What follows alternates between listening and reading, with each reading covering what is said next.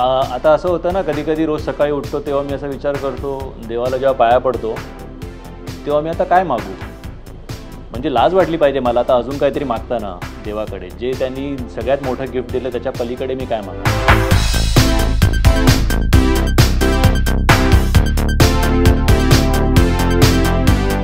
महेश मांजरेकर दिग्दर्शित आणि Zee studio प्रस्तुत ही अनोखी गाठ हा सिनेमा आपल्या भेटीला येतोय आणि या निमित्ताने आपल्या बरोबर आज श्रेयस तळपदे आणि गौरी इंगवले सिनेमातील स्टार्स आलेले आहेत. सर्वप्रथम तुमचं स्वागत लोकमत फिल्मीच्या या मंचावर. श्रेयस कसा आहेस पहिला प्रश्न. बरं आहे आता बरं आहे.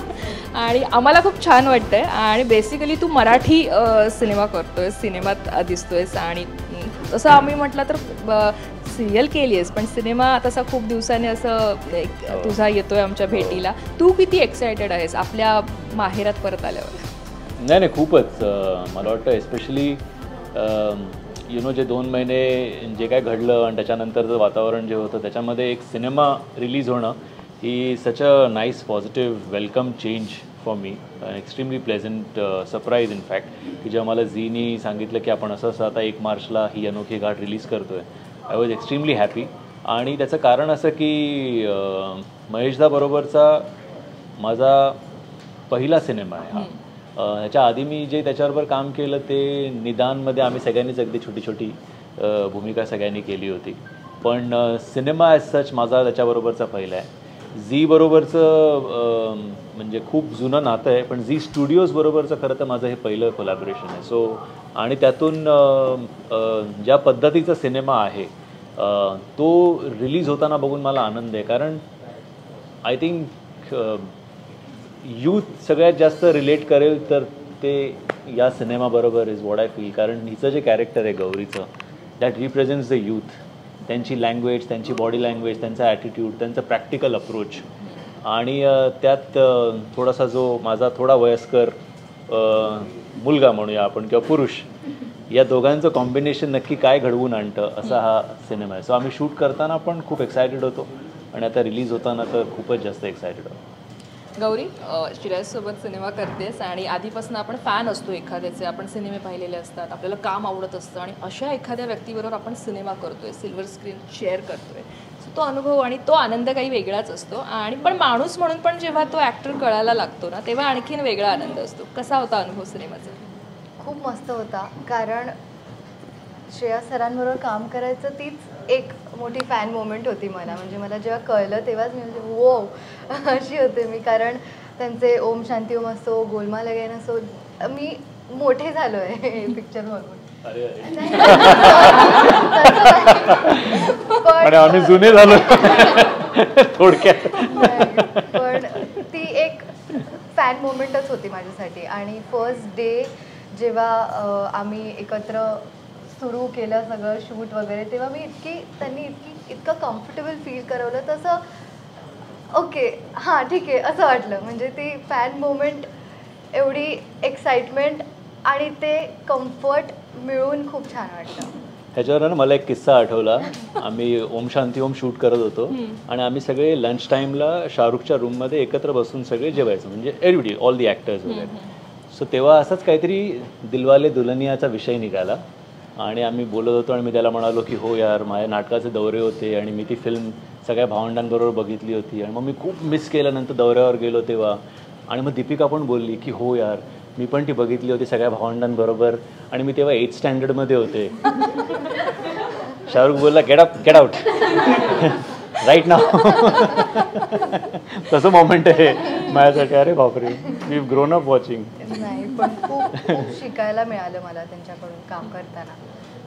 काय शिकायला मिळालं तुला. खूप शिकायला मिळालं. जसं ॲक्टिंगमध्ये तुम्ही जे छोटे छोटे तुम्ही मला हेल्प करायचा. जरा गुगली टाकायचा प्रयत्न केला पण खेळले. ओरडायचा का म्हणजे चुकलं तर. नाही प्रेमाने असं समजून. प्रेमाने सगळं समजावून सांगायचं. आमची टीमही आहे उत्सुक तुम्हाला प्रश्न विचारायला. आता कोणाला. सो श्रेयस सर, पहिला प्रश्न तुमच्यासाठीच आहे की आयुष्यात कोणताही कठीण प्रसंग आला ना, म्हणजे आत्ता जो झाला तो तर आहेच, पण असे बरेचसे कठीण प्रसंग आले की आणि त्यातून सावरल्यानंतर जी आयुष्याकडे बघण्याचा दृष्टिकोन असतो ना तो खूप वेगळा असतो. सो सध्या काय फिलिंग आहे तुमच्या मनात. No, what you said is absolutely right. खूपदा तुमचा पर्स्पेक्टिव्ह गोष्टींबद्दलचा बदलतो. असं काही जेव्हा घडून जातं ना तेव्हा आता खरं तर या प्रसंगापुढे अजून कुठलाही प्रसंग तसा छोटाच वाटतो. पण मला जेव्हा पहिला इक्बालसाठी जेव्हा मला ब्रेक मिळाला त्याच्या आधीचा प्रसंग किंवा आधीचा काळ पण माझ्यासाठी खूप चॅलेंजिंग होता. आणि तेव्हा अशी पण वेळ आली होती की मला वाटत होतं की बहुतेक इथे आपला काय निभाव लागणार नाही, आपण ही इंडस्ट्री सोडलेली बरी, काहीतरी वेगळं बघूया वगैरे वगैरे. आणि असा विचार करत असता असता अचानक इक्बालसाठी फोन आला आणि गोष्टी बदलायला लागल्या. सो मला असं वाटतं की जे काही घडतं त्यातून पुढे काहीतरी वेगळं, काहीतरी चांगलंच घडणार असतं. म्हणजे ते बच्चन साहेब पण एका इंटरव्ह्यूमध्ये ते म्हणाले, त्यांच्या वडिलांची मला वाटतं कविता आहे की त्यांच्या वडिलांचं असं म्हणणं होतं की जर का तुम्हाला हवं तशा गोष्टी घडत असतील तर चांगलं आहे, पण तुम्हाला हवं तसं गोष्टी घडत नसतील तर अजून चांगलं आहे, कारण त्याच्यातनं काहीतरी वेगळं चांगलंच अजून घडणार आहे. सो आय थिंक एक गोष्ट शिकायला मिळते की be hopeful because there is something better in store for you. So कदाचित माझ्याकडनं अजून काहीतरी चांगलं घडायचं बाकी असेल म्हणून मला पण ही दुसरी अपॉर्च्युनिटी दिली गेली आहे. Thank you sir. माझा दुसरा प्रश्न गौरी तुझ्यासाठी आहे की तू बाबांच्या सिनेमात काम केलं आहेस. सो बाबांच्या सिनेमात काम करणं आणि इतर कुठल्या डिरेक्टरसोबत काम करणं काय फरक जाणवतो? ॲक्च्युली मी लहानपणापासून पप्पांबरोबरच काम केलं आहे, त्याच्यामुळे म्हणजे मला खूप आवडेल अजून बाकीच्या डिरेक्टर्सबरोबर काम करायला. छान, म्हणजे सगळं त्यांच्याकडूनच शिकायला मिळतं. मी अजून त्यांच्या शाळेत शिकते आहे. ओके. पप्पा सॉलिड, म्हणजे रोल बिल एकदम तगडे काढून देतात तिला, म्हणून बाकी सगळ्या ॲक्टर्सना स्ट्रगल करायला लागतं. तर पप्पा का अजून एक सीन नवीन. यालाच जोडून प्रश्न गौरी तुझ्यासाठी आहे. तू आत्ता म्हणालीस वेगवेगळ्या दिग्दर्शकांसोबत काम करायला आवडेल. एखादा असा दिग्दर्शक की महेश मांजरेकर खूप मोठे दिग्दर्शक आहेत, त्यांच्यासोबत बऱ्याच जणांना काम करायचं असतं, तू त्यांची मुलगी आहेस, तुला एक वेगळा मोठा दिग्दर्शक असा कुठला दिसतो की ज्याच्यासोबत एक मोठा सिनेमा करायला तुला आवडेल, त्याच्यात लीड कॅरेक्टर करायला तुला आवडेल? मला नागराज मंजुळे सर, त्यांच्याबरोबर काम करायला आवडेल. अजून असे बरेच, म्हणजे मला जसं जसं मिळत जाईल तसं पण मला आवडेल. श्रेयससाठी प्रश्न आहे. माझी तुझी रेशीमगाठ नंतर परत एकदा रेशीमगाठ येणार आहे का? गाठपर्यंत आलोय मी. रेशीमगाठ नंतर एक अनोखी गाठपर्यंत आलोय. So hopefully let's see. I would love to do म्हणजे whether it is television or films, Marathi, Hindi, जे काम तुम्हाला आवडतं आणि जे असं वाटतं की याच्यात करायला काहीतरी मजा येईल, सो असं प्रत्येक काम करायला आवडेल मला. So I am open to it. मी आधी कधी नाही बोललो नाही आणि पुढेही नाही बोलणार. मला विचारायचं आहे तुझा, आय एम सॉरी तुला परत त्या फ्लॅशबॅकमध्ये जावं लागतं आहे. No problem. बट तुझा जो एक्सपिरियन्स होता, तुला जे लोकांनी मदत केली, त्या लोकांसाठी तुझ्याकडे काही स्पेशल मेसेज आहे? तुला पुन्हा भेटायला मिळालं तर तू त्यांना काय सांगू इच्छितोस? एक तर मला त्यांना भेटायला खूप आवडेल, कारण मी दरवेळी बोलतो एक गोष्ट जी मी सतत बोलत राहीन ती म्हणजे माझ्यावर हे जे त्यांचं ऋण आहे हे मी या जन्मात पण फेडू शकेन असं मला वाटत नाही. हॅविंग सेड दॅट, ती सगळी माणसं ज्यांनी त्या दिवशी, अर्थात हॉस्पिटलमधला स्टाफ तर सगळा मला भेटला, सगळे माझे मित्र वगैरे वगैरे, आणि खूप लोकांनी मेसेजेस वगैरे कळवलं, पण ती माणसं ज्यांनी त्या दिवशी मला गाडीतून काढून हॉस्पिटलपर्यंत नेलं, त्यांना मला भेटायला खरंच आवडेल. दुसरं म्हणजे मी मुंबईबद्दल सतत जे बोलतो ना की इथलं कल्चर म्हणा किंवा इथली माणसं म्हणा, त्या दिवशी आमची गाडी तशीच चालू होती सिग्नलवर, इट वॉज स्टील रनिंग. माझे फोन्स, माझ्या बायकोचे फोन्स, माझं पाकिट, दीप्तीची पर्स, सगळं गाडीचे दरवाजे उघडे असं होतं. एका भल्या माणसानी ती सगळे बंद केले, गाडी बाजूला लावली आणि त्या सगळ्या गोष्टी जशाच्या तशा माझ्या बायकोच्या हातात आणून दिल्या की मॅम हे तुमच्या या गोष्टी. सो मला त्या सगळ्या माणसांना भेटून खरं तर मिठी मारायला आवडेल. मी त्यांना काय देणार, कारण त्यांनी मला जे गिफ्ट दिलं आहे त्याच्यासमोर तर मी काहीच देऊ शकत नाही. आभार तर मानतोच, पण मला भेटायला मात्र नक्की आवडेल. तर जर काय if they are listening, please get in touch with me. I would love to meet you. अच्छा. आणि तुझ्या हेल्थ आता काही, म्हणजे हे ऑपरेशन झाल्यानंतर तुझी हेल्थबद्दल तुला अजून काय, म्हणजे किती काळजी घ्यावी, काय कळलं, शिकायला मिळालं या एक्सपिरियन्समध्ये? हार्टबद्दल तर खूप काही म्हणजे डॉक्टर्सनी जेवढं सांगितलं नाही तेवढं मला बाकी सगळ्यांनी जे काही सांगितलं पण मला वाटतं अर्थात काळजी घेतली पाहिजे तब्येतीची, मीच नाही, एक मला असं वाटतं की सगळ्यांनीच घेतली पाहिजे. म्हणजे खूप जणांना तो शॉक होता, इन्क्लुडिंग मायसेल्फ, की म्हणजे काही असं व्यसन नाही, काही नाही, तेलकट तुप्पट काही खाणं नाही, तरीसुद्धा का. सो हे घडू कोणाबरोबरही शकतं. पण मला असं वाटतं की आपण जेवढी तब्येतीची काळजी घेऊ शकतो तेवढी घ्यावी.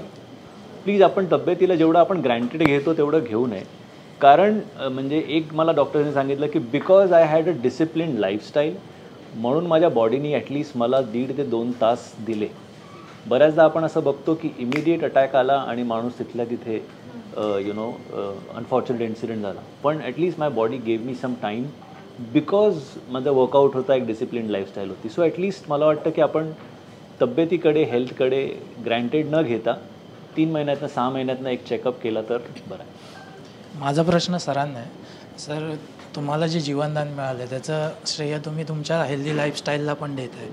तर आजची जी व्यसनाधीन पिढी आहे त्याला तुम्ही काय संदेश द्या? नाही रे, काय बिचारे उगाच पिढीला म्हणजे असं बाहेर पडला सगळेच नाही आहेत, पण जे आहेत खरं तर हल्ली खूप लोक म्हणजे हेल्थकडे पण असं मी म्हणणार नाही काळजी घेतात, वॉक्सवर वगैरे जातात. आधी तेवढे नसायचे. हल्ली तर लोखंडवाल्यात आम्ही बघतो कधी रात्री लेट येताना पण लोक चालत बिलत असतात, धावत असतात. सो काळजी घेतात लोक, असं काही नाही. फक्त मला वाटतं अनफॉर्च्युनेटली आपल्या कंट्रीमध्ये सर्वायवल सगळ्यात प्राईम इम्पॉर्टन्स आणि प्रायोरिटीवर असतं. कारण सगळ्यांनाच काम करायला लागतं आणि त्यासाठी सगळ्यांना धावपळ करायला लागते आणि ती प्रायोरिटी आहे सगळ्यांची. कारण सगळ्यांना फॅमिलीबद्दल काहीतरी करायचं असतं. पण ते करत असताना मला वाटतं स्वतःच्या हेल्थकडे इतकं पण दुर्लक्ष करू नका की अरे काय होत नाही रे, काय नाही रे, असं पण नाही आहे. ठीक आहे, जे काय तुमचं असेल लाईफस्टाईल त्याच्याबरोबर एक हेल्थ चेकअप करायला काय हरकत आहे ना. सो 6 महिन्यांनी एक करत राहा. खरं तर ह्या सगळ्यात दीप्तीची खूप जास्त धावपळ झाली, पण तिच्यावर ह्याच्या आधी कधी एवढी मोठी जबाबदारी आलेली का अचानक हे सगळं तिने फेस केलं? कारण तुम्ही एका मुलाखतीत सांगितलं की तू जेव्हा हा इन्सिडेंट घडला तेव्हा फ्लॅटलाईन झालेली पूर्ण. सो तिच्यासाठी हे किती चॅलेंजिंग होतं? अशी एखादी मोठी जबाबदारी ह्याच्या आधी तिच्या अंगावर कधी आलेली की हे सगळं पहिल्यांदा तिच्या बाबतीत घडत होतं? नाही, म्हणजे खरं तर असं कधीच असं काही घडलं नव्हतं. म्हणजे अर्थात आपल्या घरच्यांना कोणाला तब्येत बरी नसते आणि आपण हॉस्पिटलमध्ये घेऊन जातो, असं सगळं होतं. पण हे जे घडलं हे असं सहजासहजी लोकांबरोबर घडत नसतं आणि घडू नये असं मला वाटतं. पण मला वाटतं त्यातून त्यावेळी तिने जो प्रेझेन्स ऑफ माइंड दाखवला दॅट वॉज फेनॉमिनल. म्हणजे ते बऱ्याचदा असं होतं की आपण आपले हातपाय गाळून बसतो आणि काय करायचं सुचत नाही. त्यावेळी तिला जे काही सुचलं की आधी याला बाहेर काढू, फटाफट कोणाला मदतीला बोलवू आणि हॉस्पिटलमध्ये घेऊन जाऊ, पुढे बघू, ते सुचणं आणि ते तसं ॲक्टिवेट करणं वॉज क्वाईट फेनॉमिनल. आणि मला असं वाटतं की एकंदरीतच आता 23 वर्ष ती माझ्याबरोबर राहते, त्यामुळे तशी त्याची तयारी झाली होती अशा सिच्युएशन. कारण रोजच मला ती काही ना काहीतरी ज्ञान देत असते, त्यामुळे मला वाटतं तशी थोडी मीच तिची तयारी करून घेतली होती. याला धरूनच पुढचा प्रश्न विचारते की जसं तिच्या प्रश्नामध्ये होतं की असा काहीतरी इन्सिडेंट्स घडल्यानंतर आपण स्वतःकडे वेगळ्या दृष्टीने पाहायला लागतो. त्याचबरोबर आपल्या बरोबरच्या व्यक्तींबरोबर आपलं जे इतके वर्ष असलेलं नातं असतं त्यातही थोडासा फरक पडतो. तर आता या घटनेनंतर तुम्हा दोघांमध्ये काय फरक पडला आहे? आणि आत्ताच व्हॅलेंटाईन डे होऊन गेला आहे, अर्थात हा व्हॅलेंटाईन डे जास्त स्पेशल असणार आहे या घटनेनंतर, तर त्याबद्दल काय सांगाल? आधी मी रोज तिला असाच नमस्कार करायचो, आता पाया पडतो. पण मला असं वाटतं की म्हणजे तुम्ही तुमच्या पार्टनरसाठी किंवा तुमच्या ज्याच्यावर तुम्ही प्रेम करता त्याच्यासाठी तुम्ही काय करू शकता, हाऊ फार. असं आम्ही फिल्म्समध्ये कधी कधी एक टॅगलाईन असते, how far can you go to save the one you love. So I think आमच्या बाबतीत ते घडलं. इट वॉज अनफॉर्च्युनेट, पण ते घडलं आणि त्यावेळी तिने तो प्रेझेन्स ऑफ माइंड दाखवला. पण मला असं वाटतं की रिस्पेक्ट तर आधीपासून होताच एकमेकांबद्दल, प्रेमही एकमेकांबद्दल होतंच. तिने जे केलं त्याच्यासाठी तर मी अगेन आयुष्यभर आभारी राहणार आहे, जे काय माझं आता अजून आयुष्य असेल ते. सो आय थिंक पर्स्पेक्टिव्ह जीवनाकडे आणि फॅमिलीकडे बघायचा माझा खरं तर बदलला आहे. कारण माझ्या प्रायोरिटी लिस्टवर फॅमिली 2 आणि 3 नंबरवर तसं होतं, ते आता 1 नंबरवर गेले. कारण म्हणजे तुमच्या हातात फार काही नसतं, it's one split second that can change things. So it's better जेवढ्या तुमच्या प्रेम करणाऱ्या माणसांबरोबर तुम्ही जेवढा वेळ घालवू शकता तेवढा तुम्ही खरंच घालवावं असं मला वाटतं. एकूणच तुम्ही ज्या पद्धतीनं सांगितलं की तुमचं डाएट, हेल्दी लाईफस्टाईल, त्यामुळे तुम्हाला ओव्हर कॉन्फिडन्स होता की हे मला असलं काही नाही होणार आहे, किंवा अजून एक तुमचं वाक्य याच्यानंतर माझ्या वाचनात आलं की ECG एक सगळ्यात मोठा जोक आहे. मग या 2 प्रश्नांची उत्तरं हवी आहेत मला. मी त्या दिवशी हॉस्पिटलमध्ये असताना माझी सगळी भावंडं पण होती, 4 मोठी भावंडं माझी. म्हणजे रूममध्ये होतो, अहमद आला होता, अहमद खान. आणि तो किस्सा मला म्हणजे सांगायला आवडतो कारण मजेशीर आहे. आमची फॅमिली हिस्ट्री खूप स्ट्रॉंग आहे अबाउट हार्ट एलिमेंट्स. त्यामुळे आम्हाला सगळ्यांना माहिती आहे की कधी ना काहीतरी असा एक शॉकर आपल्या आयुष्यात येऊ शकतो. पण मी त्या दिवशी हॉस्पिटलमध्ये अहमदला बोललो, मुझे लगा था मैं सबसे छोटा हूँ, सबसे पहले इन लोग का नंबर लगेगा जो बड़े भाई फिर मेरा आएगा. तो अहमद बोला लेकिन तूने एक गलती की, दरवाज़ा तेरे पीछे था, लाइन में तू सबसे लास्ट खड़ा था, लेकिन तेरे को मालूम नहीं कि दरवाज़ा इधर ही है. दरवाज़ा खुला, सबसे पहले तू दिखा, तेरे को अंदर लिया. So I think these things can happen with anyone for that matter. असं पण हां, ज्यांची फॅमिली हिस्ट्री आहे त्यांनी थोडी काळजी घ्यायला पाहिजे. आणि दुसरा प्रश्न काय विचारला तू? ECG ना, म्हणजे मी डॉक्टर नाही किंवा मला असं काय त्याच्यावर बोलायचा खरं तर हक्क नाही आहे. आणि me this should be taken more as a joke than anything else. पण माझ्या एक्सपिरियन्समध्ये ECG is one of the biggest joke. कारण ECG ना, जेव्हा माणूस मरत असतो ना, अटॅक, तेव्हा ECG सांगतो हो तू आता मरणार आहेस. त्याला काहीच अर्थ नाही आहे. जेव्हा तुम्हाला त्रास होतो थोडासा, की मला जेव्हा थकल्यासारखं वाटत होतं, दमल्यासारखं वाटत होतं, तेव्हा मी जवळजवळ त्या वेगवेगळ्या महिन्यांमध्ये 5 वेळा ECG करून घेतली. आणि दरवेळी ते ECG नॉर्मल आले, 2D एको नॉर्मल आला. सो त्यामुळे तुम्ही थोडंसं असं ओव्हर कॉन्फिडन्स नाही, पण ॲटलिस्ट तुम्हाला असं वाटतं की मी ग्रँटेड नाही घेतलं ना, मी जाऊन चेक करत होतो, ECG वॉज नॉर्मल. सो म्हणून मला असं वाटतं की ते ECG त्याच वेळी जर का सांगणार असेल तर मग त्याचा काय उपयोग नाही आहे. मग तेव्हा तर काय कळतंच आहे की मला अटॅक येतो आहे, त्यात ECG वेगळं काय सांगणार. पण तरीसुद्धा डॉक्टर्सना असं वाटत असेल की नाही बाबा ते करेक्ट आहे, then so be it. I had a very different experience about ECG, so I'm making that statement. श्रेयसलाच माझा पुढचा प्रश्न आहे. जेव्हा अशा घटना घडतात आयुष्यामध्ये सडन, तेव्हा एक गोष्ट अशी राहते लक्षात आपल्या, जी कायमची राहते, शिकवण मिळते की ती आपल्या म्हणजे आपण जोपर्यंत आहोत तोपर्यंत ती आपण शिकवण पाळत राहतो अशा घटनांमधून. तेव्हा तू कुठली अशी शिकवण किंवा कुठला असा धडा घेतलास या घटनेतनं की जो तुला आता कायमस्वरूपी लक्षात राहणार आहे? ग्रेटफुल असावं माणसाने की देवानी जे दिलं आहे आपल्याला आयुष्य, त्यासाठी जेन्युइनली ग्रेटफुल असावं. मला असं वाटतं एक क्षणही आपण त्याच्या अस्तित्वाला किंवा त्यांनी जे आपल्याला दिलं आहे त्याला ग्रँटेड घेऊ नये. And I think this is the biggest lesson. म्हणजे आता असं होतं ना, कधी कधी रोज सकाळी उठतो तेव्हा मी असा विचार करतो, देवाला जेव्हा पाया पडतो तेव्हा मी आता काय मागू. म्हणजे लाज वाटली पाहिजे मला आता अजून काहीतरी मागताना देवाकडे. जे त्यांनी सगळ्यात मोठं गिफ्ट दिलं त्याच्या पलीकडे मी काय मागणार. So I think we need to realize the importance of life and respect it. गौरीसाठी प्रश्न आहे.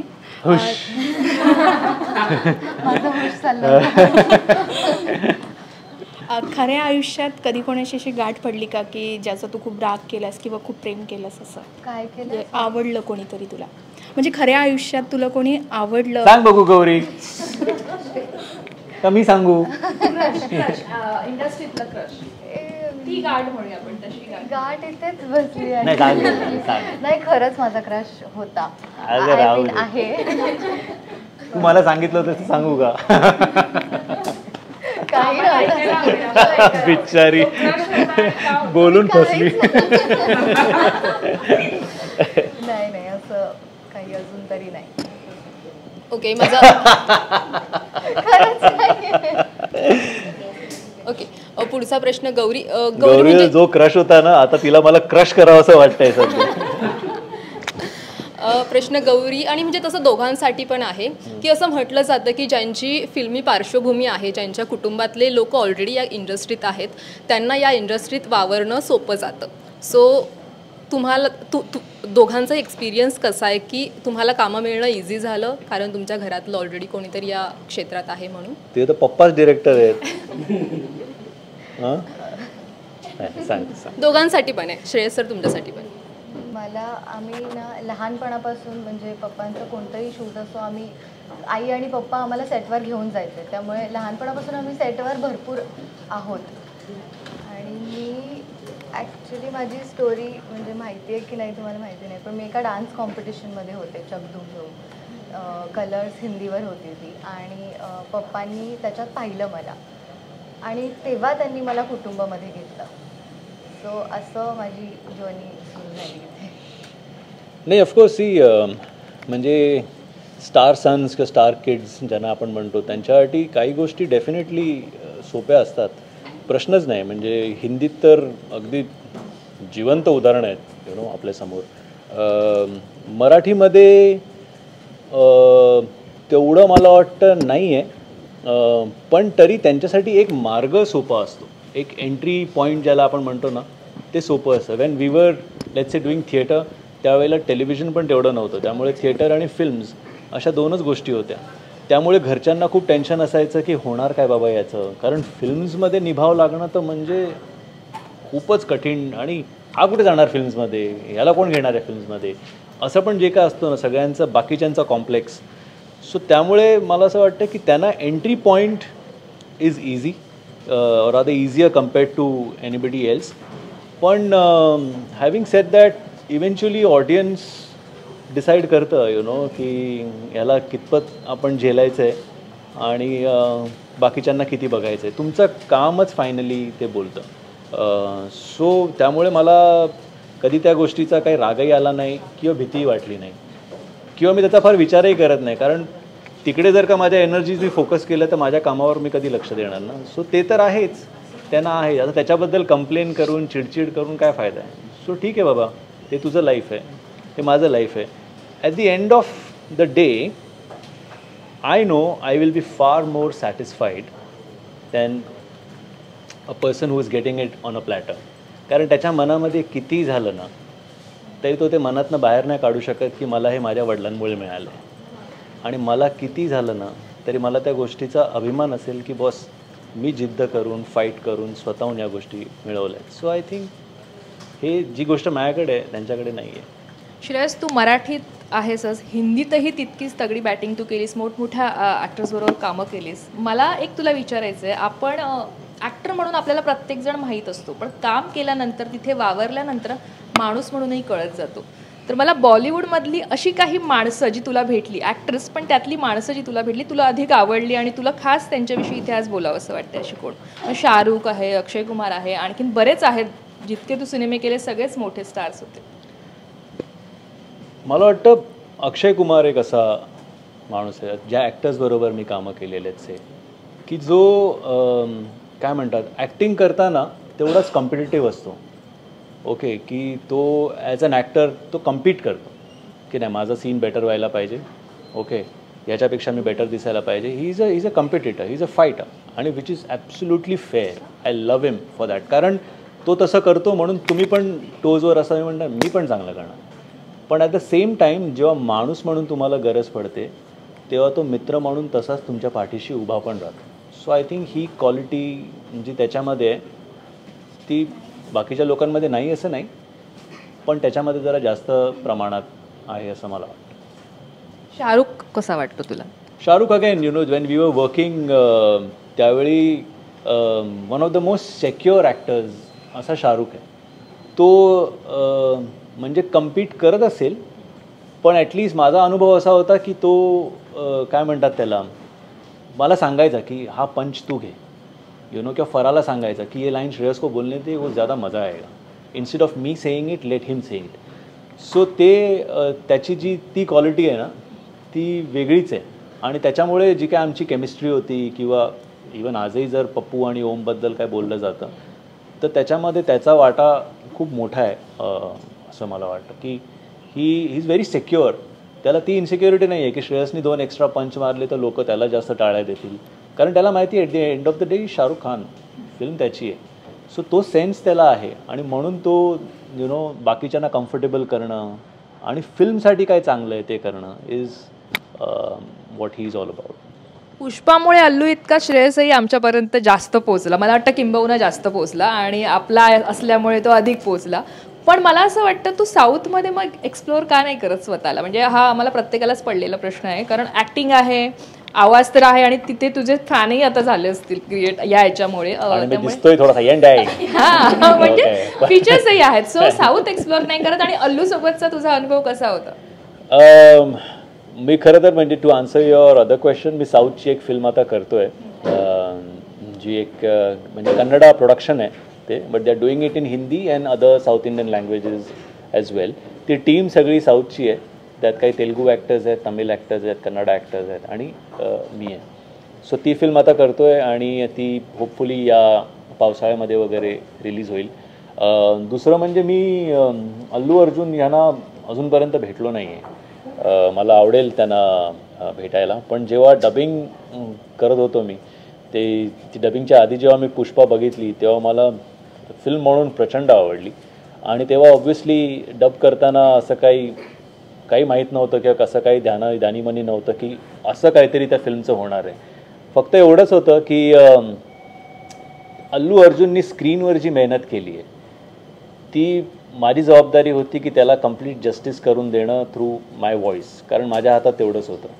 आणि I am happy and glad की ते लोकांपर्यंत तशा पद्धतीने पोचलं, लोकांनी ते डोक्यावर उचलून घेतलं, आणि पुष्पा बिकेम पुष्पा. पण मला अल्लू अर्जुन यांना भेटायला तर डेफिनेटली आवडेल, आणि काम करायची अपॉर्च्युनिटी आली तर नक्की आवडेल, कारण as an artist I think he is quite phenomenal. So अशा ॲक्टर्सबरोबर स्क्रीन शेअर करणं इज क्वाईट अ प्रिव्हिलेज. एक असा प्रश्न आणखीन इंडस्ट्रीबद्दलच बोलते तर, मराठी म्हणजे तू तिथेही आहेस इथेही आहेस, काही ती असं होतं ना, आता हा हिंदीत गेलात मग मराठीत थोडंसं, मग परत आल्यानंतर ती कशी, तुमचा जो मिलाप असतो आपल्या कलाकारांसोबतचा तो तुझा कसा आहे? आणि आजही असे काही कलाकार आहेत ज्यांच्यासोबत तुझं तितकंच स्ट्रॉंग बॉन्डिंग आहे, तुमचे फोन होतात, चर्चा होते किंवा घेवाणदेवाण होते विचारांची, असे काही आर्टिस्ट मराठीतले कलाकार जे तुझेही खास आहे, तुझ्या जवळचे आहे, ज्यांच्याविषयी तुला बोलायला आवडेल? एकतर हिंदीत गेल्यावर, आणि मला वाटतं असं 50-50 असतं की हिंदीत गेल्यावर अर्ध्या लोकांना खूप आनंदही होतो, कौतुकही वाटतं, आणि अर्ध्यांना वाटतं बघू याच्यात काय करतो. ओके, मग हिंदीत करत असताना तुम्ही मराठीत येता तेव्हा अर्ध्या लोकांना आनंद होतो की अरे मराठीत आला, अर्ध्या लोकांना आला ना, काय होत नाही वाटतं हिंदीमध्ये, काय झालं नाही, चाललं ना फिल्म, मला माहिती होतं. पण ते ठीक आहे, पण at the same time like you sed की माझं बॉन्डिंग मराठीमध्ये खूप लोकांबरोबर अजूनही तसंच आहे. मग संजय जाधव असो, हर्षदा असो, अंकुश असो, सुबोध असो, सोनाली खरे असो, ही जी आमची एक टीम होती तेव्हापासूनची, सो त्यांच्याबरोबर आजही म्हणजे फोन कॉल्स रेग्युलर बेसिसवर असतात. त्यांचे काही फिल्म झाल्या, काही कामं बघितली तर असतं. पण आणि आय थिंक ते असं आहे की ते त्या दिवसांचं बॉन्डिंग आहे जेव्हा कोणी काहीच नव्हतं आणि सगळेच प्रयत्न करत होते, आणि मग सगळ्यांनाच थोडं थोडं यश मिळायला लागलं वगैरे. सो त्यामुळे ते तसं अजूनही तसं राहिलं आणि तसं राहावं असं मला वाटतं. पण एक गोष्ट मला खरंच सांगावीशी वाटते की या सगळ्या 2 महिन्याच्या काळामध्ये हिंदी आणि मराठी दोन्ही इंडस्ट्रीज आणि सगळे माझे सहकारी ज्या पद्धतीने पाठीशी उभे राहिले आहेत, दॅट इज फेनॉमिनल. म्हणजे बोलणारे सुद्धा आणि प्रेम करणारे सुद्धा सगळेजण येऊन माझ्या पाठीशी उभे राहिले. गौरी, तुला एक प्रश्न. बाबा, जसं आम्ही शूटिंगच्या सेटवर जातो कव्हरेजला, एक आदरयुक्त भीती असते, आम्ही घाबरत असतो, किंवा त्यांचा इंटरव्ह्यू करताना इतके वर्ष आपण ओळखतो तरीही अजूनही भीती वाटते. तुला डिरेक्टर म्हणून, बाबा बाजूला, डिरेक्टर म्हणून, कारण डिरेक्टर म्हणून ते कसे आहेत तेही आम्ही पाहिले, त्यामुळे किती ओरडा किंवा एखादं सीन बाबा इथे काहीतरी गणलं आपलं, हे जेव्हा आपल्याला कळतं तेव्हा बाबांकडे बघणं असतं, त्यांची रिॲक्शन असते, हे कसं आहे? म्हणजे किती ओरडा किती मिळतो किंवा काय, किंवा घरी गेल्यानंतर काय कसं असतं? ओरडा म्हणजे द्यायचा असेल त्यांना तर तिथल्या तिथे असतो तो, कारण ते शूट करताना ते डिरेक्टरच असतात, आणि मध्ये ब्रेकमध्ये वगैरे ते परत पप्पा येतात. पण नाही, ओरडा जेव्हा कधी कधी मिळतो, एवढा जास्त नाही मिळत, पण मिळतो तेव्हा मिळतो. हो, सेटवर मी बघितलं आहे, कारण असं काही तिचं थोडंसं काही जर चुकलं वगैरे की त्याला हवं तसं नाही झालं तर तो बोलायचा, काय करते गौरी, नीट कर ना, तुला माहीत नाही कसं करायचं ते. सो पण तो तेच आम्हाला सांगताना थोडा बेटर. पण त्याचं एक आहे, तो शॉट त्याला मिळाला ना जसा हवा तसा, की तो ओके बोलतो, उठतो आणि पुढच्या शॉटला लागतो. क्वचित त्याच्या तोंडातून सुपम एवढं बाहेर येतं आणि ते आलं की आपल्याला असं वाटतं सुपम बोलला हा. अदरवाईज त्याला शॉट मिळाला की तो ओके पुढे. सो ही इज क्वाईट काम, कंपोज्ड. मी त्याला आधी पण म्हणजे अगदी निदानपासून मी महेश दाला कधीच असं चिडचिड करतोय, ओरडतोय असं नाही बघितलं. He is done is homework well, prepared. त्याला माहिती आहे काय घ्यायचं आहे, कसं घ्यायचं आहे, आणि मूव्स. श्रेयसला मला प्रश्न नाही आहे, फक्त एक गोष्ट आवर्जून सांगायची आहे. जेव्हा पुष्पा हिंदीमध्ये डायलॉग आणि डब झालं तेव्हा मी जे ऑफिसमध्ये होते तेव्हा सगळे ते आवाज काढून बघायचे. तर मी म्हटलं अरे तुम्हाला काही जमणार नाही, श्रेयसच ते काम करणार. तर मी त्यांना असं सांगितलं की मी मुंबईला जाणार ना, तर जेव्हा मी श्रेयसला भेटेल तेव्हा हा डायलॉग त्यांच्याकडूनच बोलून घेणार. तर तुम्ही बोलू शकता प्लीज. त्या डायलॉगसाठी केवढी प्रस्तावना दे.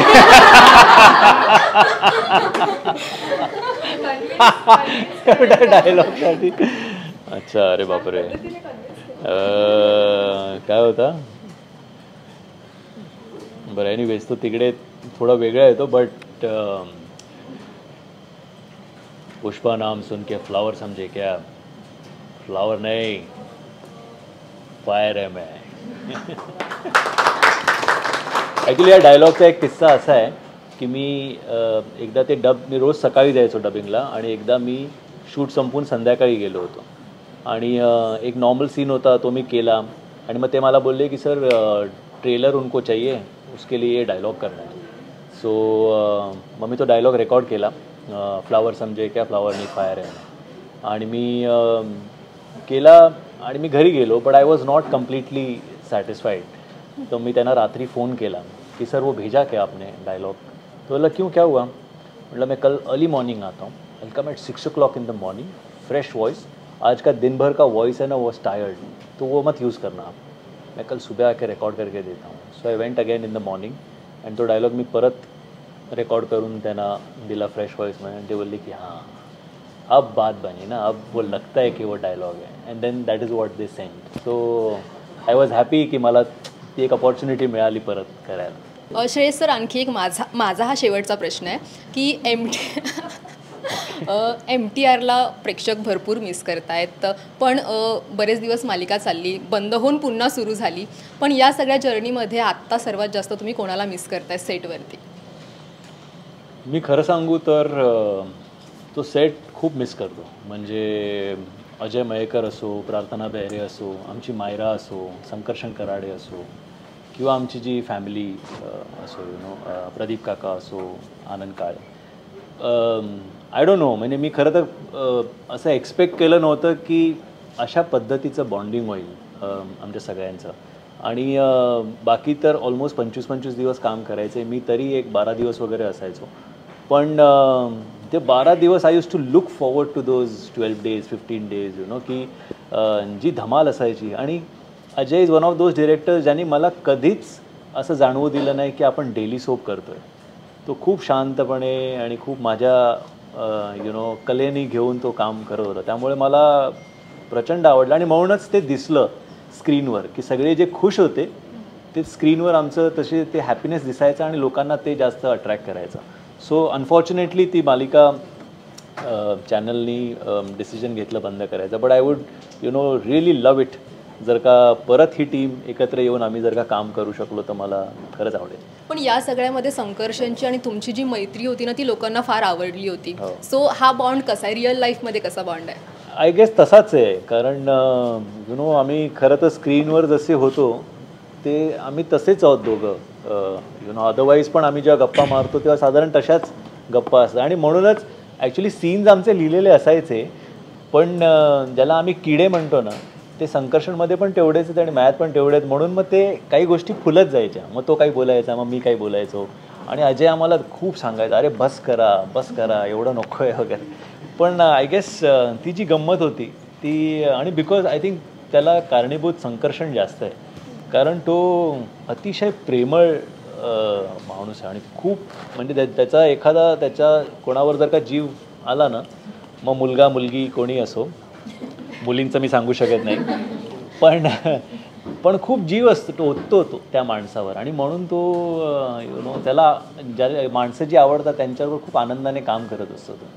So that reflected on screen also. जसं गोलमालबद्दल आम्हाला विचारतात की गोलमाल कधी येणार किंवा तुम्हाला खूप मजा आली का, तर आम्हाला जेन्युइनली मजा येते सगळ्यांना. जेव्हा सगळे आम्ही एकत्र येतो तेव्हा काही सीन्स असे असतात की खूप इम्प्रोवाईज करून काही गोष्टी बनतात. खूप सीन्स आमचे जे तुम्ही एंड क्रेडिट्समध्ये बघता की आम्ही हसतोय, ते जेन्युइनली आम्ही हल्ली तर मी, कुणाल, तुषार आम्ही एकमेकांच्या चेहऱ्याकडे बघून डायलॉग बोलूच शकत नाही, कारण बघितलं की हसतो आणि आम्ही हसलो नाही तर रोहित आम्हाला हसवतो. सो आमचा डिरेक्टर पण असाच आहे वेडा. सो ती जी गंमत आहे ती जेव्हा होते ना तेव्हा मग स्क्रीनवर पण ती दिसून येते. And that's what happened with MTR also. Sir, गोलमालचा नेक्स्ट पार्ट कधी येईल आणि पुष्पा 2 मध्ये तुमचाच आवाज आम्हाला ऐकायला मिळेल का? गोलमालचा नेक्स्ट पार्ट मला वाटतं रोहित पण आत्ताच काहीतरी त्यांनी एक स्टेटमेंट दिलं की गोलमाल होणार आहे नक्की. सो वी आर होपिंग की मे बी सिंगम ही आता त्याची झाल्यानंतर बहुतेक तो गोलमाल करेल, कारण तरी 7-8 वर्ष झाली आता शेवटच्या गोलमालला पण येऊन. So now is the time that we should do it. खरं तर आधीच होणार होतं, पण ते कोविड झालं नसतं तर आम्ही गोलमाल आधी केलं असतं. आणि पुष्पा 2 मध्ये मला आवडेल अर्थात परत आवाज द्यायला, पण अजून त्यांचं शूट चालू आहे. सो ते जोपर्यंत संपत नाही तोपर्यंत बघू. Thank you sir. एक प्रश्न असा की आता मुलीसोबतच्याही तुझे काही रील्स आम्ही पाहिल्या आणि गोड तिने काही काही ड्रॉइंग केलेलं आहे तिचं, मला वाटतं चित्रकलेत तिला आवड असावी, पण तिची पहिली रिॲक्शन काय होती बाबाचं वेलकम बॅक करताना? शी वॉज व्हेरी एक्सायटेड. खरं तर तो व्हिडिओ मी टाकला नाही, पण म्हणजे जसं बर्थडेचं तिने सगळं केलं होतं प्रिपरेशन, तसंच मी जेव्हा हॉस्पिटलमधनं घरी आलो तेव्हा तिने दीप्तीला सांगून सगळे फुगे वगैरे लावून घेतले होते. दरवाजाच्या बाहेर मोठं वेलकम असं बलून्सचा दरवाजा, आणि मग तिला रेनबो खूप आवडतो मग ते कलर्स, मग तिला ते युनिकॉर्न आवडतो मग ते युनिकॉर्न कुठे कुठे लावून. सो असं तिने बरंच काय काय आणि कार्ड बनवलं होतं. तिने ते डॉक्टरांसाठी एक कार्ड बनवलं होतं की thank you so much for making my dad असं तिने लिहिलं होतं. पण शी वॉज व्हेरी एक्सायटेड. अर्थात आता खूपच लहान आहे ती अजून, तिला तेवढ्या गोष्टी कळत नाहीत, पण कुठेतरी मला असं वाटतं की तिला एक कळलं आहे की जे आम्ही आधी एक खेळ खेळायचो की मी तिला असं उचलून घ्यायचो आणि असं एरोप्लेनसारखं घरभर फिरवायचो.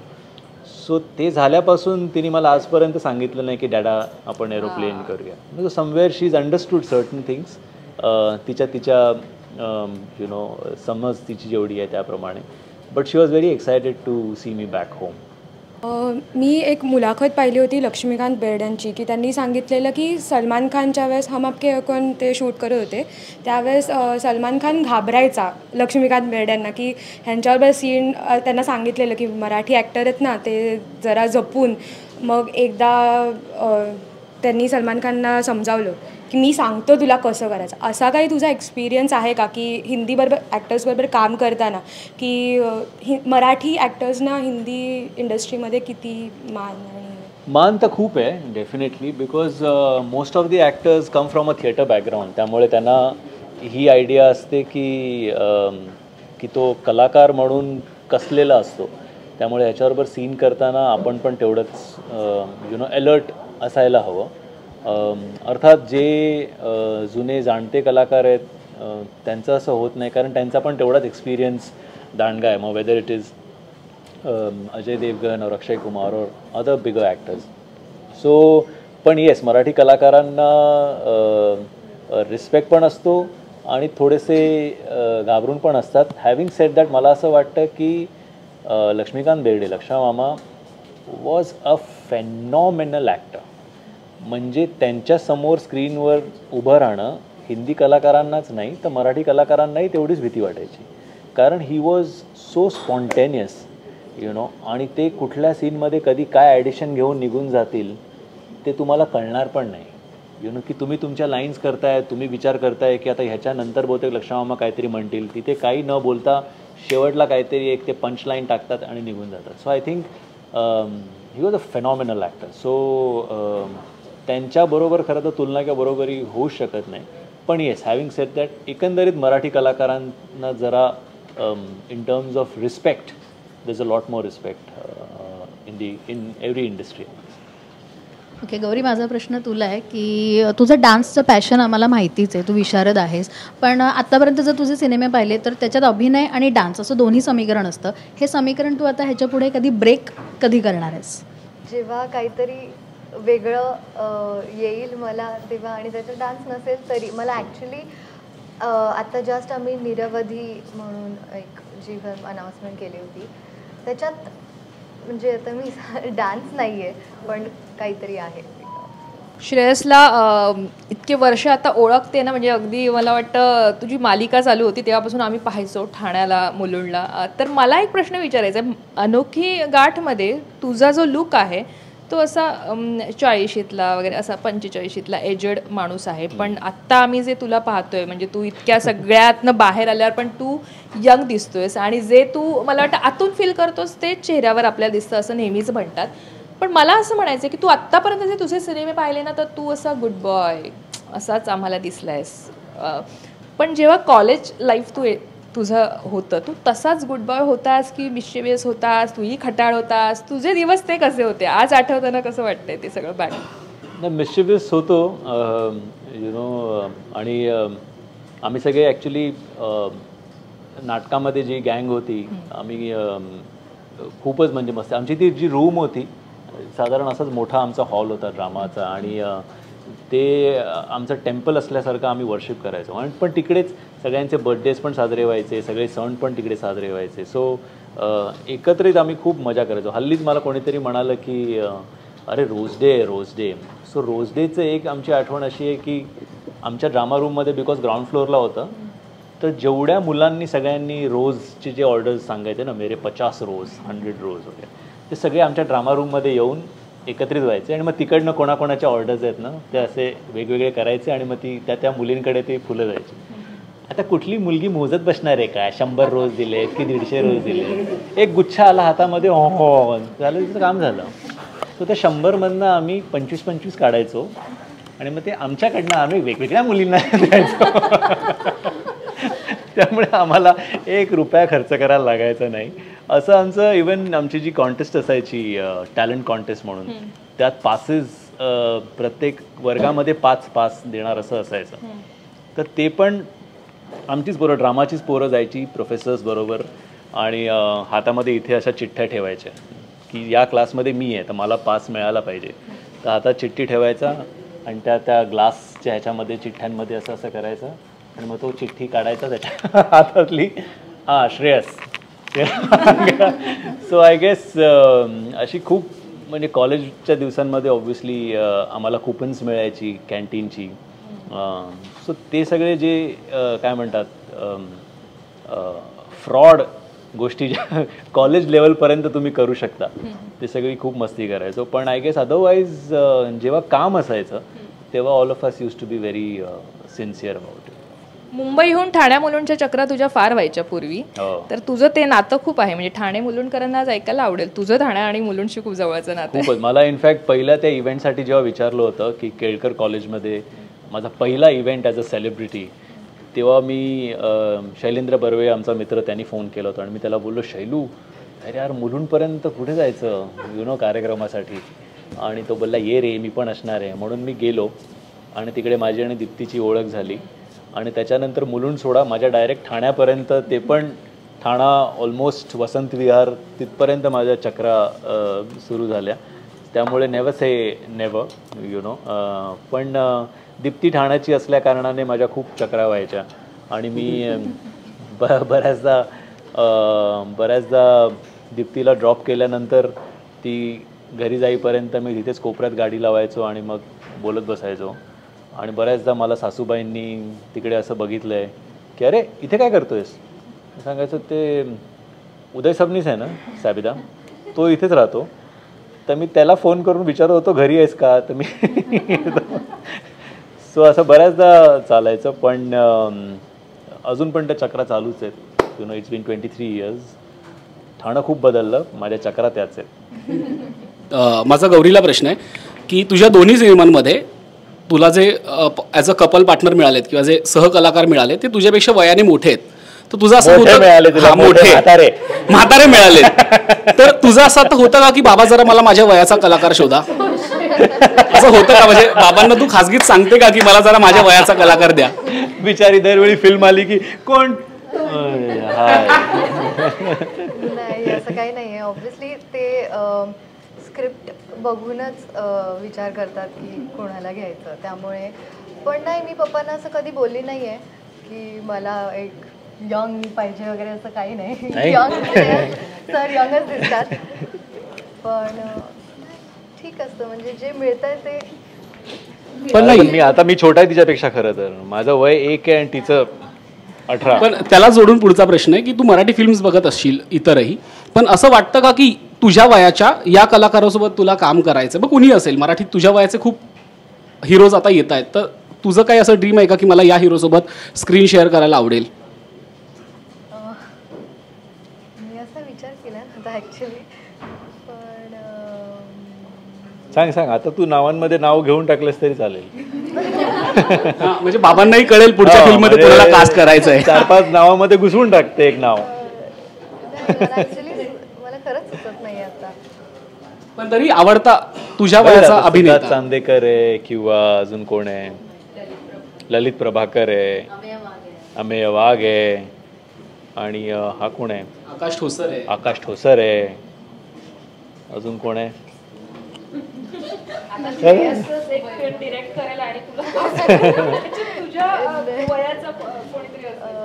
नाही, मला आवडेल, मला आकाश ठोसर बरोबर पण काम करायला हो का?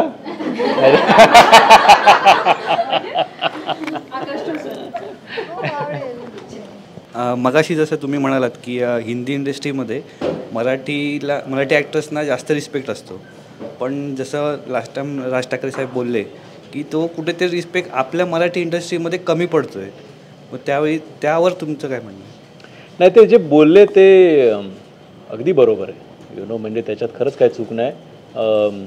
अनफॉर्च्युनेटली झालं आहे असं की म्हणजे सगळे थिएटरमधनं एकत्र काम करून किंवा नाटकांच्या कल्चरमध्येच असं झालं आहे की दादा, मामा, काका वगैरे हे अंगवळणी पडल्यासारखं झालं, सो त्यामुळे जेव्हा तुम्ही त्यातनं टेलिव्हिजन किंवा फिल्म्समध्ये जाता तेव्हा ते कल्चर मग कंटिन्यू होतं. म्हणजे अचानक अशोक मामांना आत्ता नाटकामध्ये आपण अशोक मामा बोलतो आणि सडनली फिल्ममध्ये आल्यावर अशोकजी असं होत नाही पटकन, त्यामुळे. But having said that, what Rajsaheb said is absolutely correct, कारण रिस्पेक्ट तर आहे, पण मला वाटतं एक परसेप्शनसाठी, आणि जर आपल्याला मराठीमध्ये पण तो स्टारडम हवा असेल तर त्याच्यासाठी काही गोष्टी जपणं, सांभाळणं आणि त्या करणं तितकंच आवश्यक आहे असं मला वाटतं. जर आत्तापर्यंत केलं नाही तर यापुढे मला वाटतं आपण थोडं ते बदलून करावं, कारण yes, we also want that kind of stardom जे साऊथ इंडस्ट्रीमध्ये आहे, जे हिंदी इंडस्ट्रीमध्ये आहे. म्हणजे आपलं परफॉर्मन्स असो किंवा कॉन्टेंट असो, कुठेही आपण कमी नाही आहोत, मग ते जर स्टारडम का नसावं? ते जर का येऊ लागलं तर आपली बजेट्स इम्प्रूव्ह होतील फिल्म्सची, कारण फिल्म्स तेवढ्या जास्त चालू लागतील, आणि ते इम्प्रूव्ह झालं तर मग आपल्याला पण एक 100 कोटीचं प्रोडक्शनवाली फिल्म करायला भीती नाही वाटणार. जसं साऊथवाले आज उडी मारून करू शकतात एक बाहुबली, तसं आपल्याला पण may be 10 years down the line पण ते तसं व्हावं असं मलाही डेफिनेटली वाटतं. आत्ता एक शेवटचा आहे की ही अनोखी भेट संदर्भात श्रेयस तुझ्याकडनं आवाहन जाऊ दे लोकांना की थिएटरमध्ये येऊन सिनेमा पहा, काय वेगळं आहे सिनेमात आणि काय नाही, नक्की. म्हणजे थिएटरमध्ये येऊन पहा. तर आधी सांगेन, मी जेव्हा post boys Hindi film direct केली होती तेव्हा मला आठवतं फ्रायडे रिलीज झालं आणि शनिवारी रात्री मी माझ्या दोन्ही कुत्र्यांना घेऊन खाली फिरवत होतो आणि आमच्या शेजारच्या बिल्डिंगचा वॉचमन मला म्हणाला, ओ दादा तुमचा सिनेमा पाहिला. म्हटलं पोस्ट बॉयज, वा, कुठे गेला होता थिएटरमध्ये? कुठं जायची काय गरज आहे, फोनवर म्हटलं. त्यामुळे प्लीज फोनवर वगैरे नका बघू, थिएटरमध्ये जा. आणि ही अनोखी गाठ ही 1 मार्चला रिलीज होणारी फिल्म आहे. मला वाटतं मी मगाशी बोललो त्याप्रमाणे की फॅमिलीसाठी आणि तेवढीच यंगस्टर्ससाठी ही फिल्म आहे, कारण इट्स अ नाईस काय म्हणतात conflict between the young and the new, the emotional approach and the practical approach. And today's generation विज अ वी थोडंसं पोखतं जनरेशन, 30-35शीतलं जनरेशन असं म्हणेन मी. सो त्यांची ही ती गोष्ट आहे की दोन लोक ज्यांना दोघांनाही वेगवेगळ्या कारणांमुळे लग्न करायचं नाही आहे, त्यांना जेव्हा लग्न करून एकत्र यावं लागतं तेव्हा नेमकं काय घडतं, ते त्यांच्यासाठी चांगलं आहे ते घडतं की काहीतरी वेगळंच घडतं, हे पाहायचं असेल तर ही अनोखी गाठ नक्की पहा.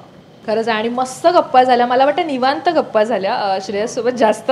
पण मला वाटतं जास्त इतरही आपण थोडंसं मागे पण तू गेलास कॉलेजपर्यंत आणि त्याही आम्हाला गोष्टी तुझ्याकडून जाणून घेता आल्या. पण ही अनोखी गाठसाठी नक्कीच तुम्हाला खूप खूप शुभेच्छा. आणि थिएटरमध्ये जसं तू म्हणालास तसं सगळ्यांनी थिएटरमध्ये जाऊन सिनेमा पहा, जे मोबाईलवर आपण पाहतो ते पाहू नका, श्रेयसने सांगितले. थँक्यू.